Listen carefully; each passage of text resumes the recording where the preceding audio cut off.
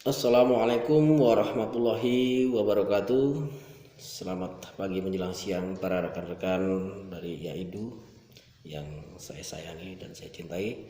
Juga teristimewa buat Umi Wulansari, pembimbing dosen yang selalu memberikan ilmu pada kita semua.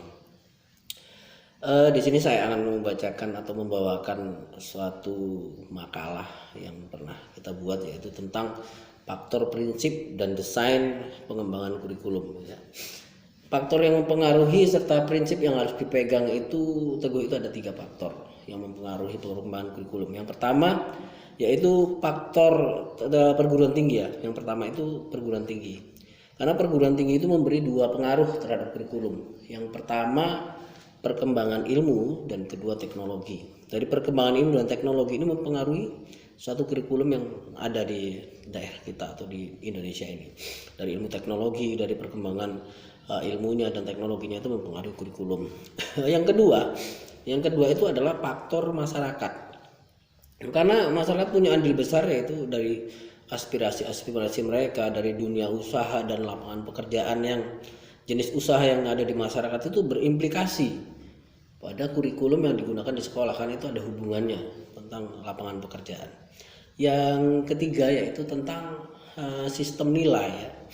Nilai yang ada itu adalah nilai moral, nilai keagamaan, nilai sosial, nilai budaya, itu mempunyai pengaruh atau faktor yang mempengaruhi tentang perkembangan, ya, itu dikatakan perkembangan daripada kurikulum.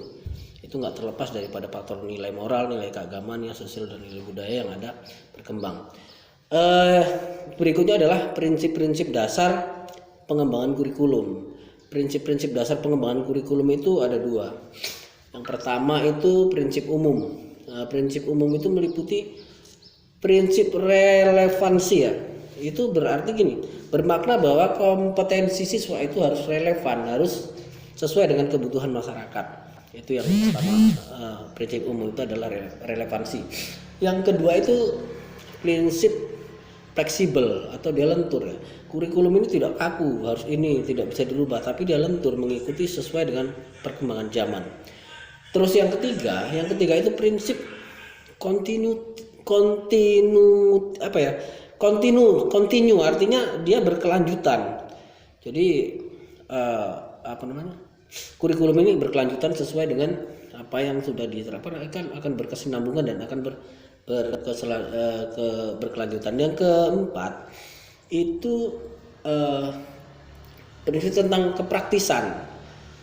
Praktis ini kurikulum ini mudah diikuti, tidak susah gitu. Jadi mudah diikuti dan mudah dilaksanakan, nggak ribet, nggak jelimet, nggak begini-begini. Itulah prinsip-prinsip yang harus dilakukan. Yang kelima itu prinsip tentang efektivitas, efektif atau tidak ini kurikulum ini. Dia harus efektif dan harus mampu menghasilkan lulusan orang-orang yang memang bermutu tinggi, ber-IQ yang luar biasa, dan memang sesuai dengan keinginan masyarakat atau keinginan kita semua. Memang harus bisa meluluskan generasi-generasi yang berkualitas. Terus yang kedua tentang ini tadi dari prinsip umum, ini masuk kita kedua itu prinsip khusus. Prinsip khusus ini yang pertama prinsip yang berkaitan dengan tujuan, ya. Tujuan jangka panjang, jangka pendek atau jangka panjang, itu prinsip khusus. Yang kedua, prinsip yang berkaitan dengan isi pendidikan tersebut. Dalam kurikulum apa isi dari pendidikan tersebut, sehingga kita buat kurikulum isi pendidikan. Itu prinsip khususnya. Yang ketiga, prinsip yang berkaitan dengan proses belajar dan mengajar. Ini prinsip proses belajar dan mengajar ya. Prinsip yang berkaitan dengan proses belajar mengajar. Yang keempat itu prinsip yang berkaitan dengan media.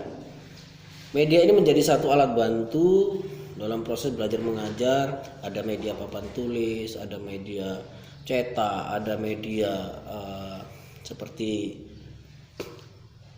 kamera atau segala macam yang bisa mendukung tentang kurikulum tersebut. Itu ada media. Yang kelima itu yaitu prinsip tentang penilaian.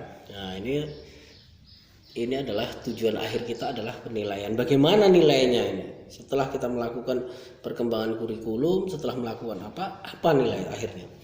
Maka dari prinsip penilaian ini adalah akhir daripada tujuan semua apa yang sudah kita prinsipkan. Saya rasa hanya sekedar ini dulu yang bisa saya sampaikan. Akhir kalam saya tutup dengan doa. Wabillahi taufiq wal hidayah. Assalamualaikum warahmatullahi wabarakatuh.